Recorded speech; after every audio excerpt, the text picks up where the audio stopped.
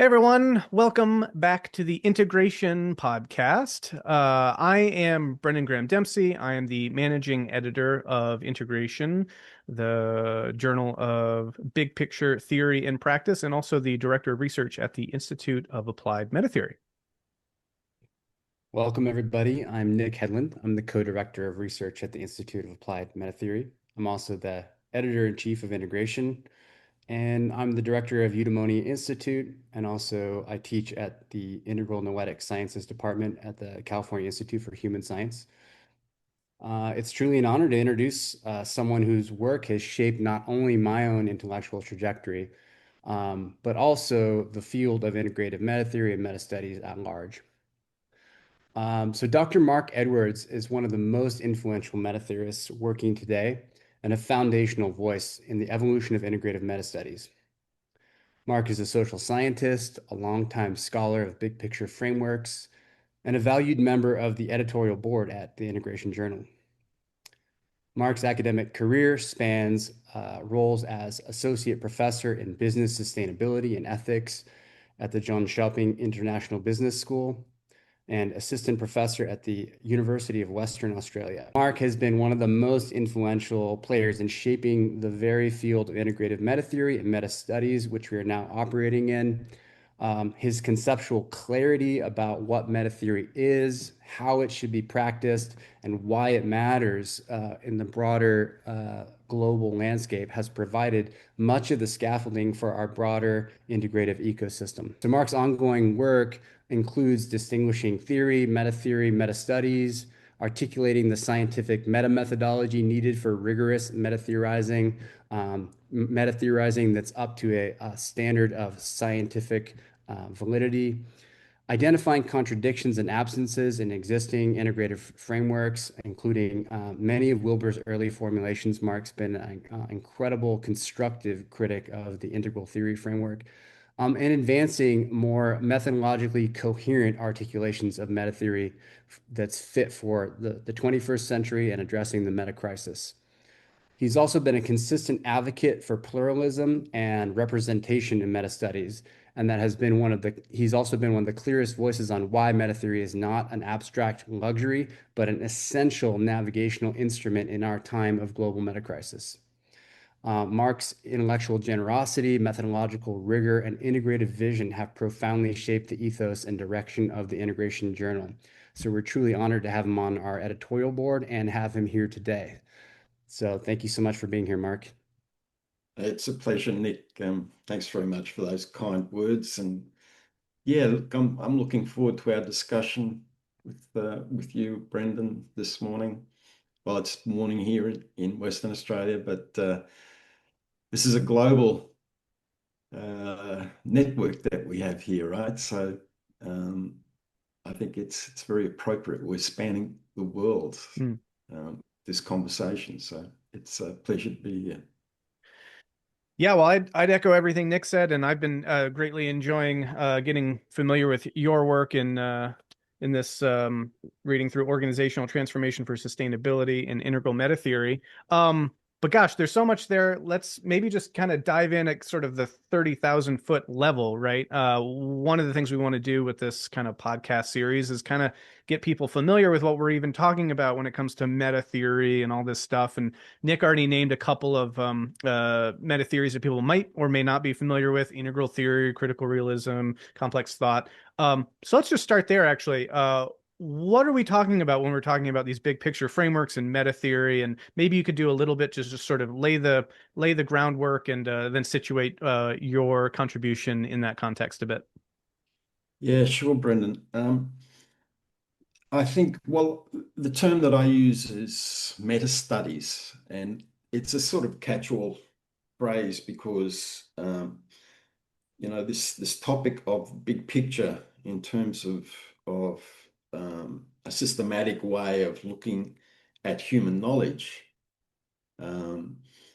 needs to capture methodology and method, interpretive frameworks, and most importantly, the data, because I'm a social scientist, I'm not a philosopher. And I think often with when we talk about these big pictures, we drift into a philosophical viewpoint just because of the scale of what we're talking about. It's sometimes a little difficult to keep the feet grounded when we're talking about this hugely abstract and wide-ranging, both through time and space, topic of studies. The way I like to think about it is like at the moment, with various challenges we have globally, climate change, biodiversity loss, a whole manner of different environmental challenges. But we're stepping up into actually recording what's happening globally in terms of environmental studies. So we have Earth system science, but we're not really stepping up in terms of the social science, which could be, an Earth system social science, which would focus on some of the big patterns of stories that swirl around the planet, that sort of form a noosphere, if you like, around the planet, and that shape a lot of what's happening. And so meta studies is really a clearing. It's really that noosphere clearing that is part of our the sea that we swim in. And so I have a little bit of a different understanding of what the big picture is from that perspective. It's not necessarily building big pictures, It can be any aspect of delving scientifically into that big swirling set of stories and ideologies and grand narratives and ways of trying to connect knowledge, but doing it at any level, from it's a fractal process, so it tends to repeat at different levels. So I just put it all into this meta studies clearing. And I think we jump into trying to put together big pictures way too quickly when we haven't built the foundations of the kinds of scientific work that we need to do to get a really good understanding about what the big picture is and how it operates and what its dynamics are and what are the strengths and weaknesses of each of the different views we're looking at. So yeah, the meta studies clearing as a global phenomenon, that's sort of the way that I would look at it. Well, just as a follow-up to that, if you're, getting into an elevator, right, and someone says, "Hey, hey, I noticed this journal issue in your pocket that says integration, blah blah blah. What does this mean? Meta theory, meta studies. Like, what's literally the elevator pitch that you could kind of sum this up, in a way that people could kind of take that home and kind of, oh, I get it." Yeah, so the way I'd sort of dive into that would be, we're faced with big problems and we need a big science to deal with it. And so that big science needs to step up at a bigger level of what we're looking at, both in terms of the size of some of the interventions we need to think about, the sort of analyses that we need to make of these big issues, but also in terms of the sort of intellectual history that's gone before us, that's tried to deal with some of these issues. And so I'm very appreciative of the history of ideas that feed into this meta studies approach, which fundamentally is looking at previous incarnations of ideas, of systems of theoretical thinking, of methodology, of interpretive systems, and delving into them and taking a reflective view on those different understandings. In that sense, it's across all of that stuff, and hence this term meta, which for me has more of a spatial understanding, more spatial temporal understanding. So it respects the tradition of knowledge that has gone before and the sort of history of big picture thinkers that that we've inherited all of this wonderful knowledge. So let's use that to base our understandings of what's happening currently. Mm. So yeah, big pictures for the big challenges we're faced with. We need a big science, a big social science in particular, to do that. Mm. I've got lots of questions, but Nick, if there's anything you want to throw in there, feel free to jump in. No, you go ahead, Brendan. Okay. Well, yeah. So in reading your book, one of the things that I really appreciated about it was the way that you foreground the importance of methodology. And I'm wondering if you could speak a little bit to that. There's the sense in which I think people might, again, be familiar with this or that kind of big picture model or this big meta theory, but they aren't necessarily aware of sort of meta studies in general. And so I interpret a big contribution of yours to be one, emphasizing that, contextualizing that this kind of work is happening amongst other people doing this kind of work and kind of giving a self-consciousness around that, but then also trying to make it rigorous and be like, meta-theorizing and meta-theoretical work isn't just scribbling things on napkins or laying out pieces of paper on the floor and seeing the big picture with a flash of insight. There's actually like a scientific, rigorous methodology that can be employed here and should be employed, and trying to make this a bit more intentional. So maybe you could just speak a little bit to the methodological work that you're doing and have done to try to shine a light on that issue in this field. Yeah, this is a huge issue, Brendan, and it's based on the fact that I'm a social scientist, so I need data, right? So I need to ground my flashes of insight, or my systematic sort of putting together of all of that on what the data tells me, and if I and not understanding what is happening, or can't work out the patterns, I need to go back to that data. And for the work that I do, that data is other systems of ideas, of theories, and different systems of thought, different scientific but also philosophical findings. And to look at that data, you need to have a method to make sense of it, for it to actually pop out, to create meaning out of that. You need to systematically look at that data to find the patterns in that data.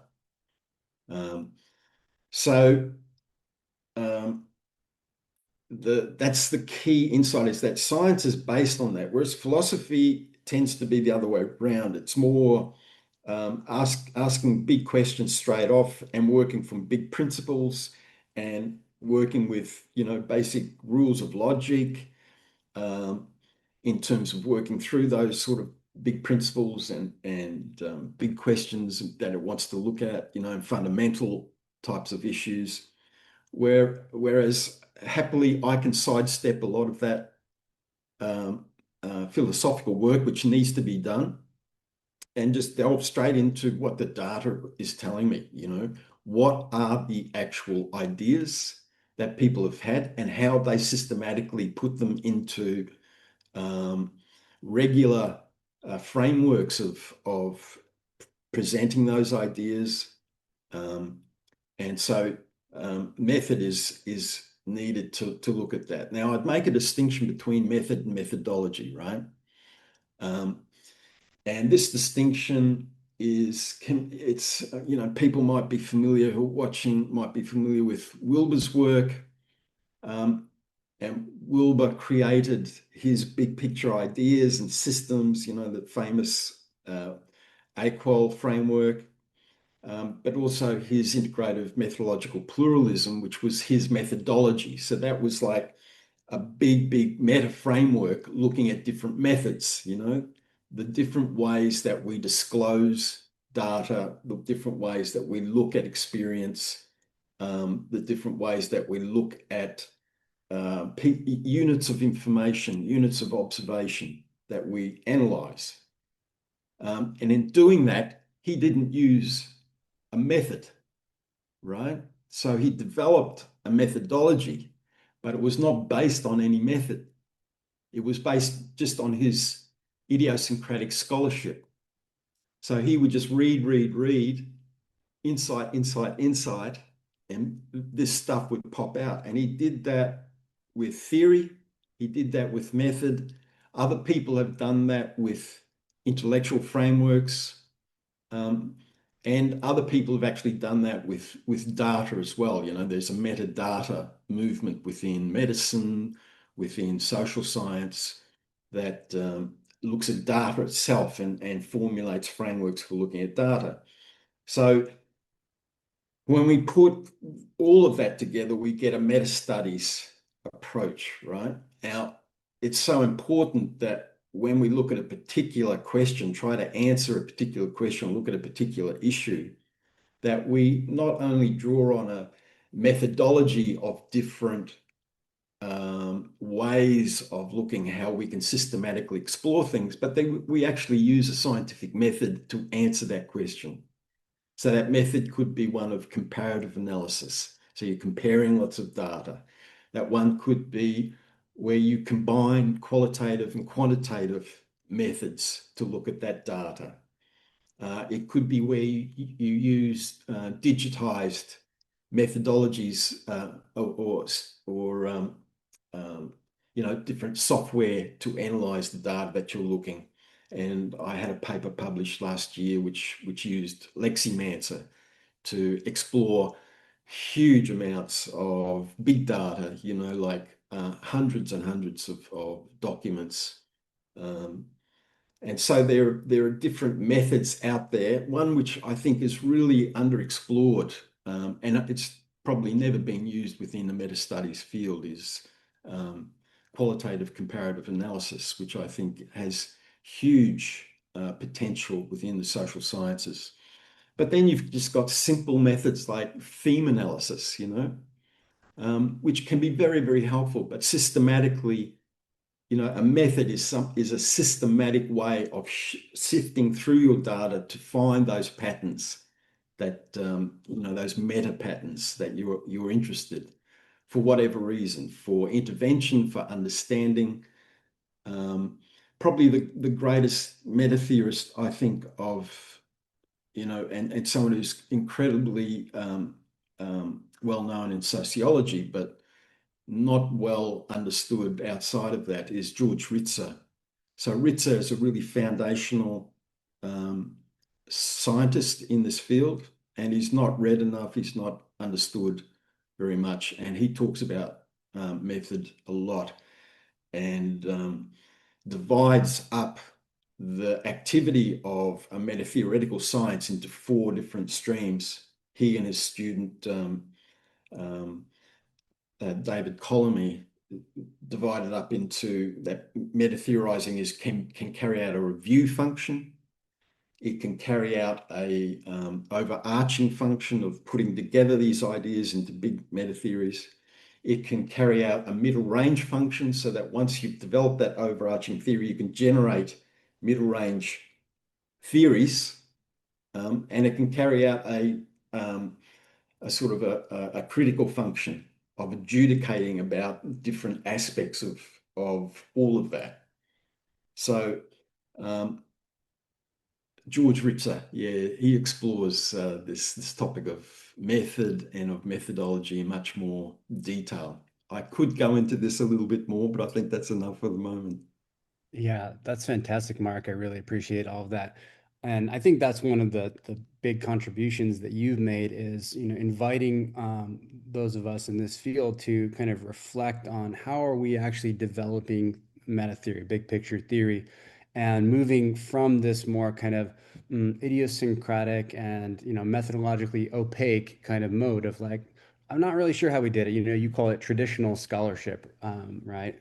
And moving from that to more of a methodological transparency, a kind of epistemic reflexivity, like who am I as the meta theorist, and is my positionality and perspective influencing that?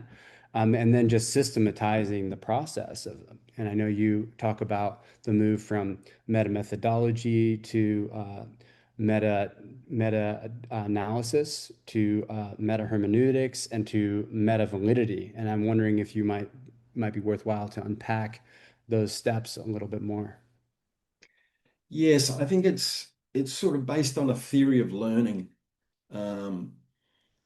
which, I was very influenced by Wilbur and his strands of knowledge in developing this, but I also included a strand of knowledge which is not just about experiencing the data, not just about sort of developing a sort of set of behaviors to explore that data or method, and not just validating the findings, but also looking critically at the interpretive frameworks you use to develop those. And this is the great contribution of I think of postmodernism, is to say is to bring us face to face with the fact that data is always theory laden and theory is always meta theory laden.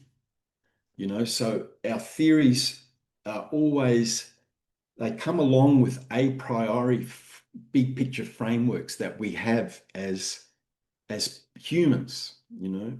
So I don't look at the development of this science as a developmental process, right? So I don't see meta theory as something which develops over time as such, as a capacity that's developed in recent decades. I see it as fundamentally a human activity, so that we've always developed big pictures, we've always engaged with them, we've always been critical of them, we've always applied them, from the first moment of our humanity, whenever it was 300,000 years ago, 250,000 years, whenever that was, we were meta theorists.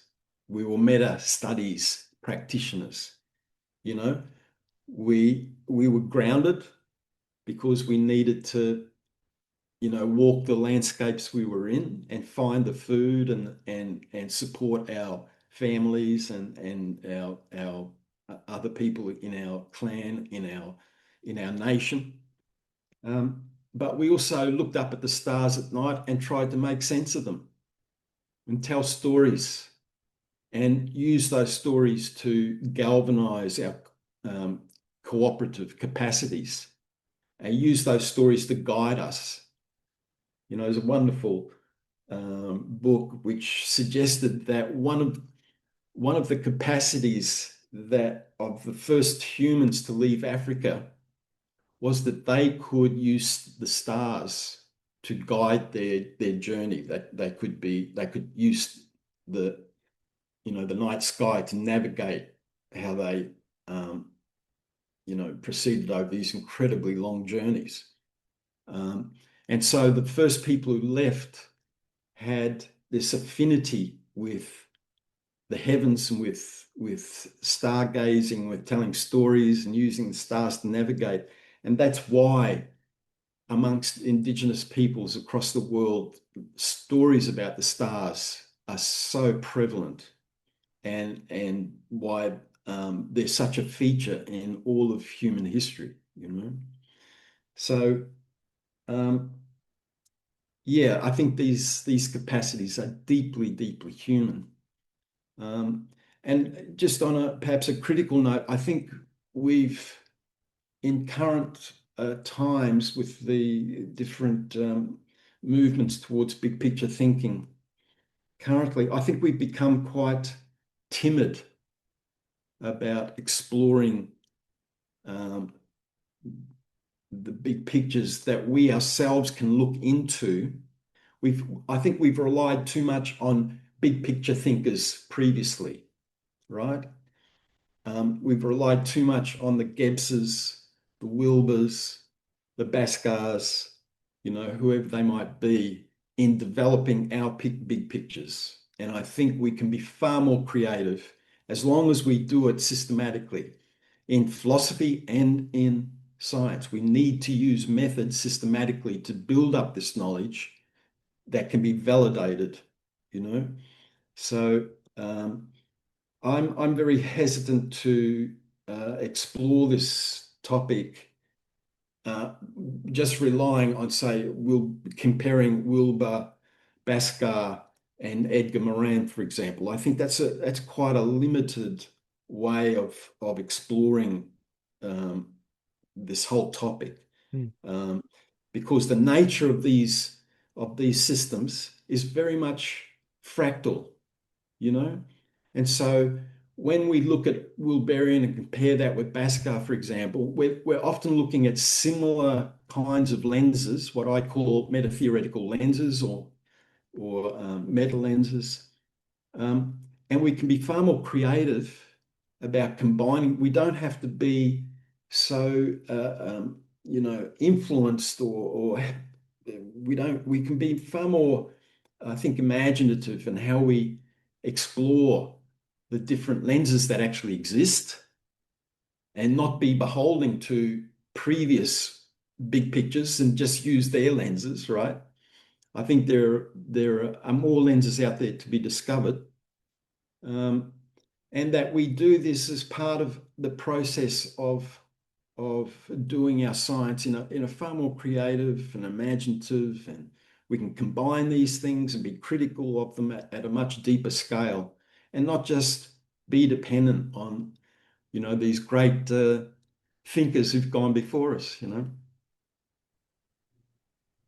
Absolutely. I think that's a crucial part of it, is that it's not just an additive process of synthesizing, these ideas that have been already articulated without really critically assessing them. And this whole move that Bhaskar kind of highlights of the negative transfiguration and this kind of Right.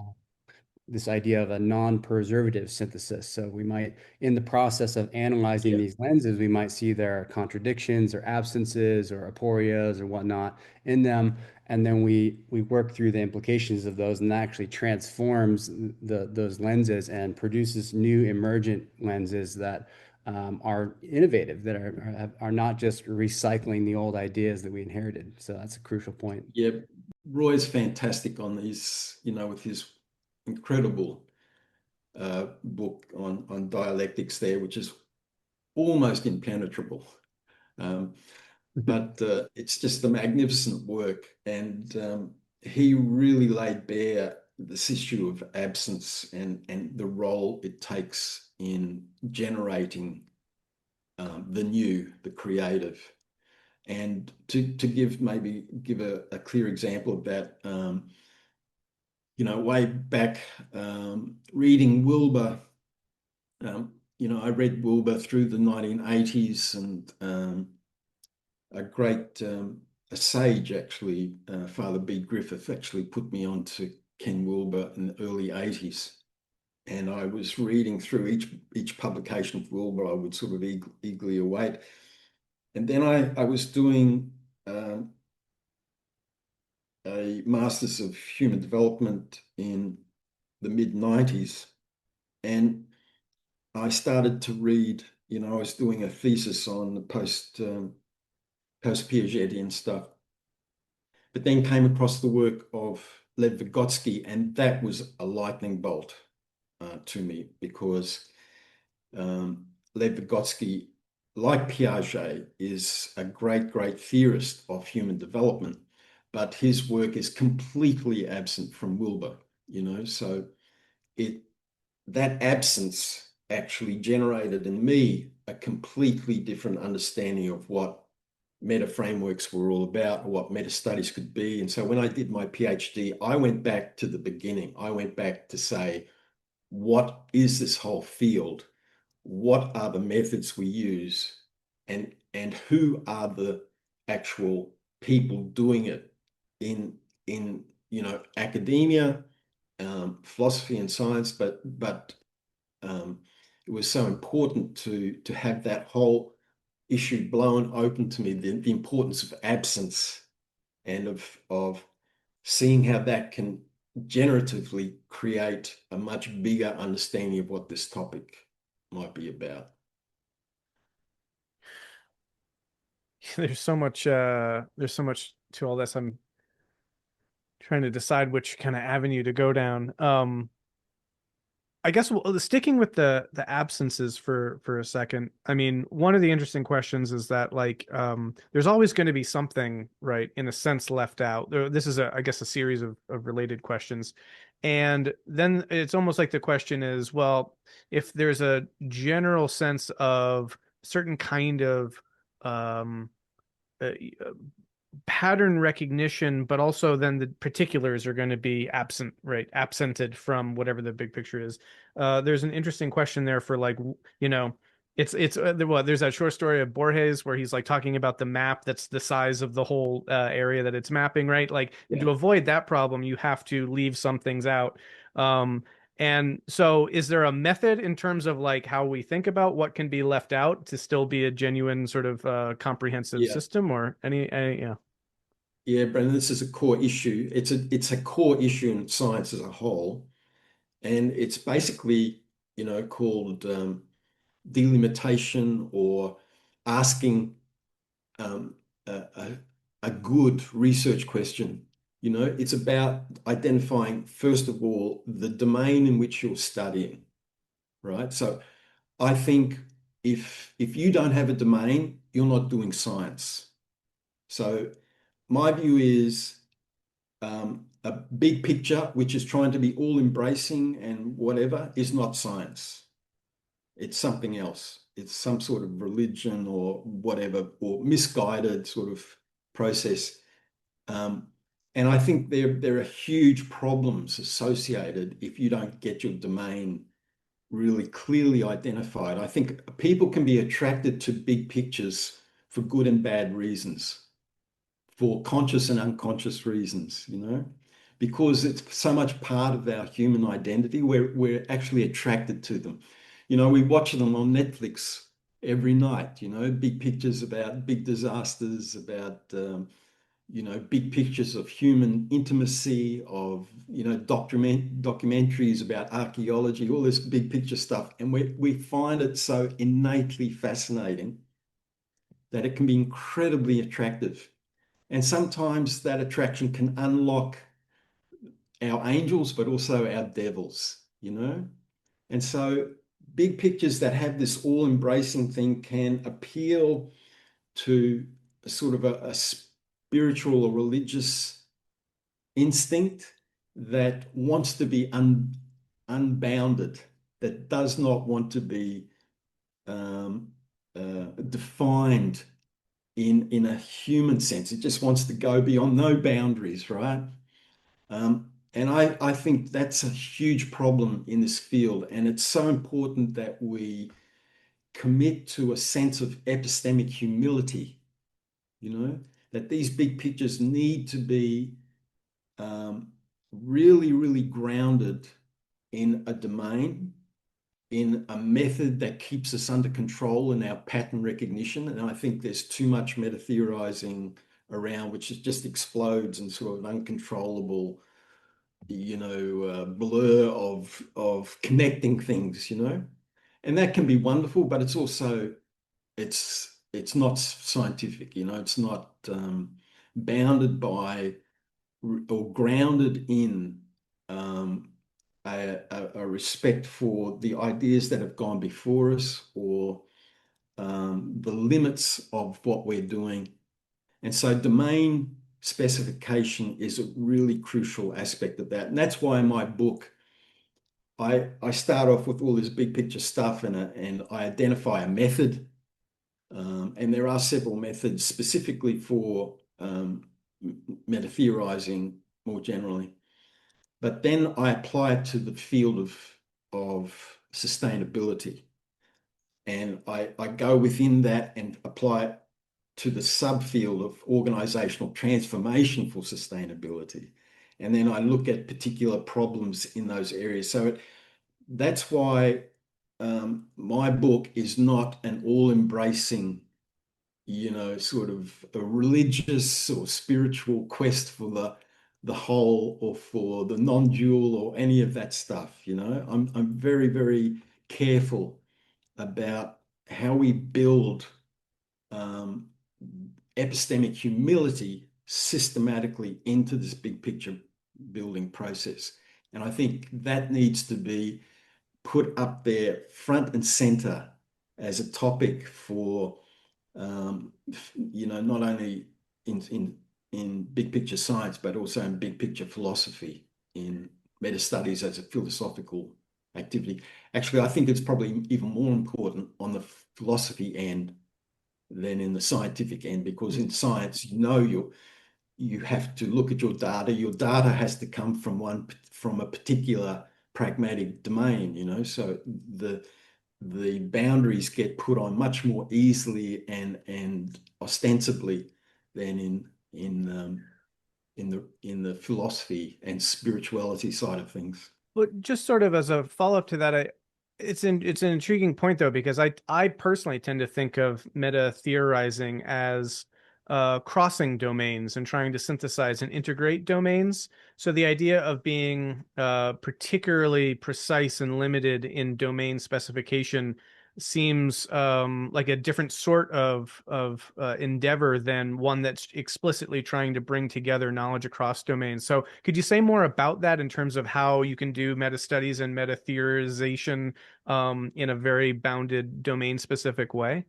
Yeah, and maybe just to Yeah, dovetail on that, I was going to ask something along those lines too, but like it seems like in many ways, and you've made this argument yourself, that the power of meta theory has to do with being able to kind of grok or grasp the big picture holism, say on a planetary level, an Earth system, social science, etc. And so how do you reconcile that with kind of this notion that you're articulating there, which I also resonate with, of kind of epistemic humility and domain specificity, which seems like a kind of zooming in vibe. yeah. So this is exactly it, right? This conversation is exactly the conversations needed to do this, right? So um, the the integrative instinct of recognizing that we've got these big challenges also then recognizes that many other traditions have addressed aspects of these challenges, right? And there's been other meta theories developed through time, and I think meta theories have been around forever. If you read, for example, the Socratic dialogues of Plato, what Socrates is doing is metatheoretical. He's saying this philosopher had that view, this philosopher had this view. How can we put them together? And he'll challenge his interlocutor by saying, how can you accommodate, Parmenides, or how can you accommodate, um, uh, different understandings of change, of different understandings of what time is, different understandings of what virtue is, right? And Plato and Aristotle did this exactly the same thing. Aristotle got, I think it was something like 60 or 70 different constitutions of cities and compared them all, and to say what are we doing in terms of developing constitutions and which ones might be the best, right? The whole movement in the Abyssinian Caliphate in early Islamic civilization, where they called for all the books of learning across the whole world, from Toledo in Spain to Central Asia. They brought all of those books together, translated them into Arabic, and compared all the theories of optics, of philosophy, of medicine. So, and the second translation movement from Arabic into Latin was then responsible for the European Renaissance, right? So these metatheoretical activities are so crucially important for the generation of knowledge, and they depend on, the translators. The Arabic translators were very humble people. They translated very, very loyally basically the different theories into Arabic, as a first step, so they didn't impose their own ideas on that translation process. They did it very, very systematically, very humbly. And they did it within very specific domain areas like optics, like in different areas of medicine, in different areas of astronomy and mathematics. And so I think there's a very powerful tradition there of being humble in the topics we want to address and how we do that, but not lose this instinct for integration and for drawing on this huge tradition of knowledge that we have to draw on. And particularly now when we can access all of that knowledge on our laptops, we can get carried away with that, with the power of that process. And I think method and domain specificity and asking good, clear research questions, that all of that scientific method is there to help, draw in all of that enthusiasm and understand that we're doing this from our own limited human capacity. So I think I don't think this epistemic humility process can be overemphasized in this big picture domain. It's so important.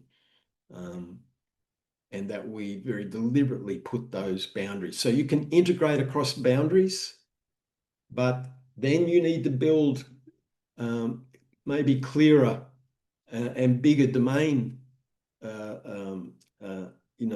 delimitations in that process. A lot of your work, I feel like, has been a really helpful constructive critique of some of the existing meta studies landscape. I'm curious if you could speak to a little bit more of that, maybe as you look out and survey whatever that landscape is, circa December 2025, and you have thoughts around here are the shortcomings of what's out there. Here's ways we could improve this, and have any thoughts around the future of meta studies through on the other side of navigating some of responses to some constructive critique.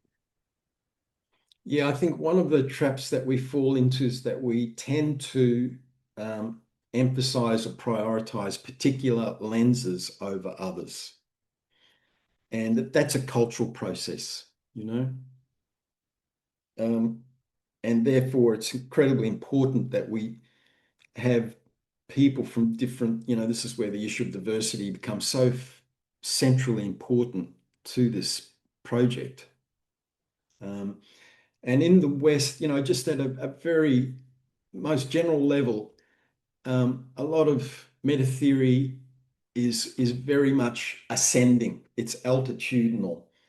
It uses an altitudinal lens to give direction to the whole field, so that, and this is something that the West has done. It's almost definitive of the West in terms of its philosophy.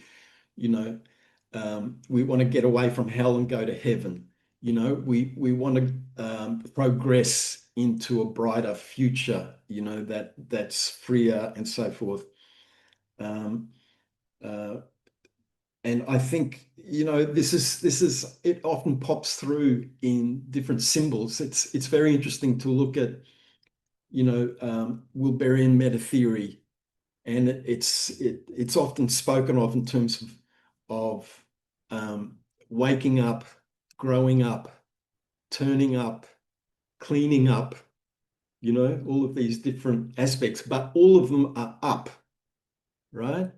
So where is the down? Where is the descending lenses? And I think particularly in a time when we just glorify technology, where we are so besotted with the attraction of separation from the ground, and with trying to set up a human civilization on Mars or whatever it might be. There's this what I call a hyper technology, or a hyper sort of prioritization of the altitudinal lens over other lenses, ones which ground us, ones which are much more horizontal. For example, I think the Vygotskian mediational lens is a great antidote to the altitudinal infatuation that we have. And we do this, we prioritize some of these lenses so much that we build them into our understanding of what the goal of meta studies is all about, and I think it can, when we do this from a particular cultural perspective, like with Western culture, we build the notion of altitude systematically into the way we explore these models. We actually build towers of Babel, if you like, and we should be actually trying to build a town that's available and that's equitable and that's more comfortable and more human, rather than to systematically build these higher and higher, more and more abstract, metatheoretical towers, right? And so I think at the moment, I see the altitudinal lens as needing to be very heavily critiqued.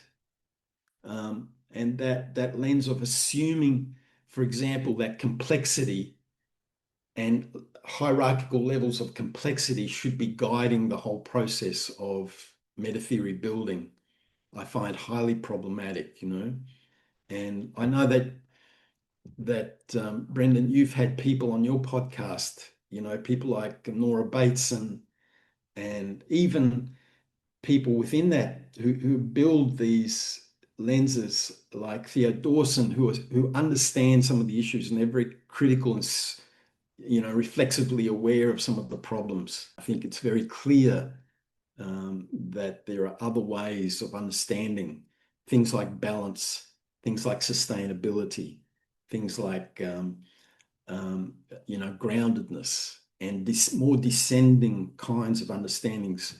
And this is why I put such big emphasis on traditional and indigenous understandings of these lenses.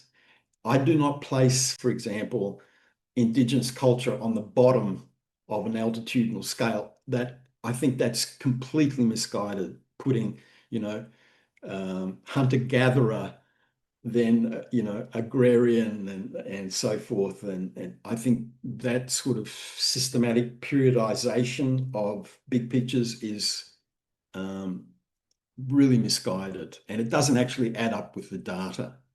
I'm aware of some of the sophistication of in Australia of indigenous big pictures, and they're incredibly sophisticated.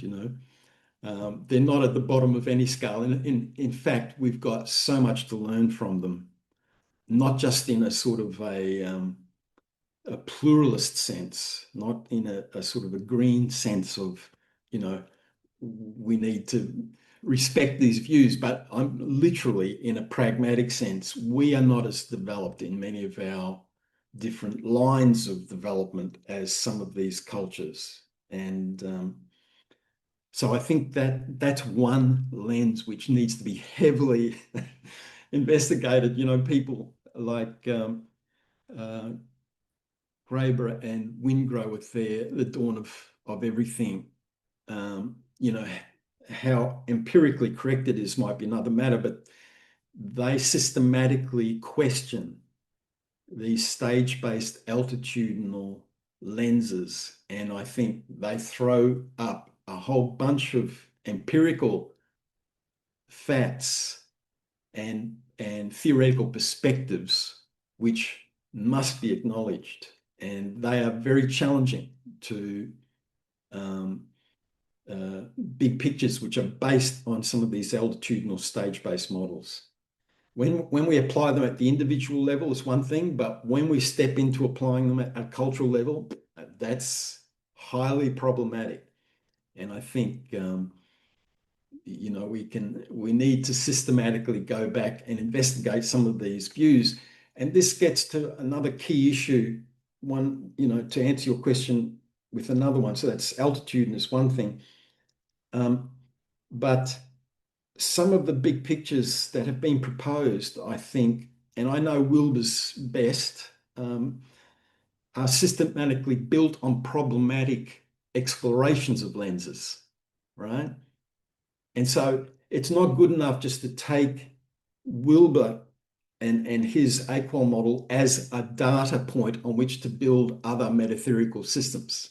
That's not adequate because that model itself is problematically built on some metatheoretical lenses itself, which need to be studied, examined, explored, critiqued, and reformulated, if you like, you know. So that would be a second area of critique that I could launch into, but I think that's enough for the moment. Yeah, that's great. Thank you. I appreciate your perspective on that. Um, Getting close to time here. I just want to be mindful of that. Nick, anything you want to bring into the mix here? Maybe particularly, well, yeah, anything you want to bring in the mix?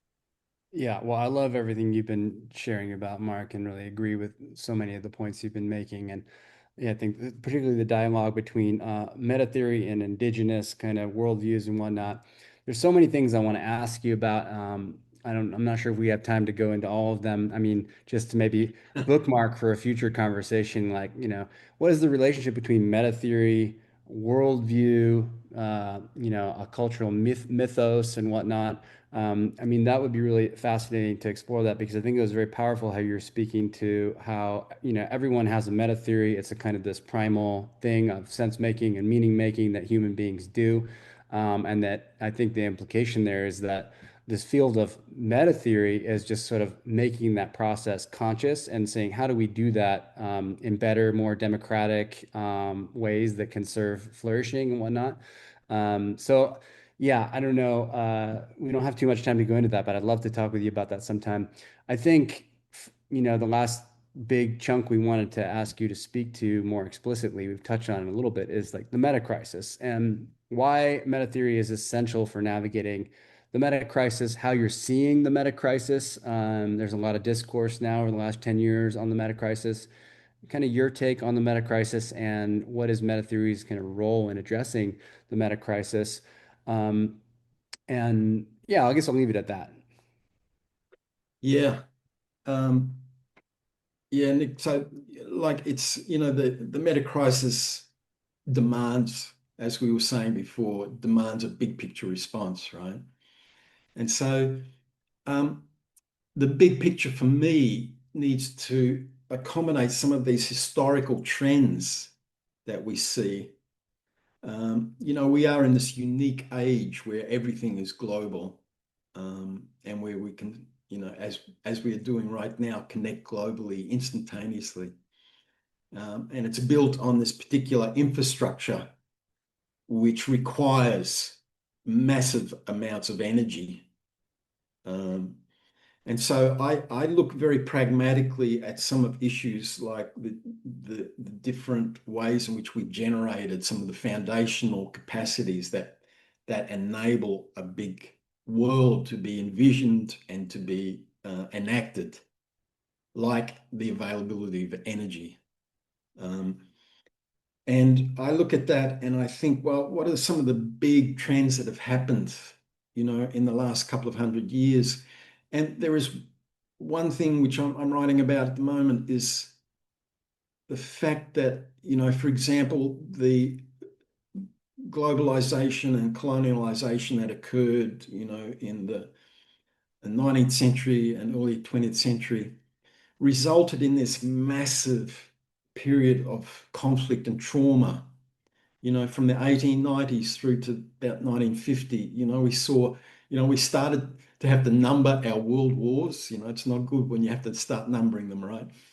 Um, uh, and then, the Cold War, the Cultural Revolution in China, the Spanish flu of tens of millions of people dying in plague in the early 1920s. We had the conflict that engulfed the whole planet, and the trauma, the collective trauma that resulted from that. And I think it's very interesting to look at what happened then. How did we globally respond to that trauma? You know? And I think as communities, we do what humans always do in dealing with trauma. We went back to work. We put our heads down and tried to secure the future for our families economically, physically, to provide shelter and food and an income for our families. So the whole world went back to work, and we were just besotted with the production and consumption cycles that all that work resulted in. And so the trauma of the first half of the 20th century resulted in the great acceleration of the second half of the 20th century. And so it's very clear to me that sustainability is fundamentally a problem about trauma. It's a problem of how humanity has dealt with the globalization of conflict, And so the meta-crisis that we're living in is very much a result of the inadequate responses that our global civilizations, our global economics, our global trade, our global cycles of production and consumption, the inadequacies that those systems of understanding have got with dealing with collective trauma, with collective fear, with collective hopes and dreams which have been dashed, and which are set, they're like rogue, unconscious motivations that are guiding us at a planetary level. And so how do we deal with those insecurities? And so I think the solutions we need to come up with need to address some big patterns, global planetary patterns. And I don't think, for example, climate change is threatening the fundamental economic functioning of an old economy based on fossil fuels. And so I think all the insecurities and fears that are built into that generation of people working to create security, they have fundamentally, undermined our global capacity to deal with the transitions required to move out of that old economy.